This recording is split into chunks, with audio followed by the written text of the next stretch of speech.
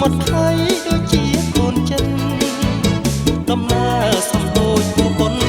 សម្រស់តូចតូចមានទោះត្រង់ណាហេតុអ្វីកំណាញ់វាចាឬមួយជីវ៉ាអូនមានគូហើ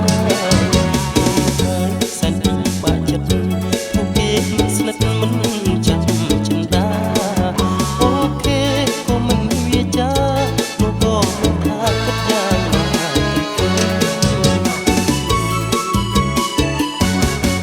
ធ្វើមិនដេចឲ្យស្រីយល់ចិត្តសា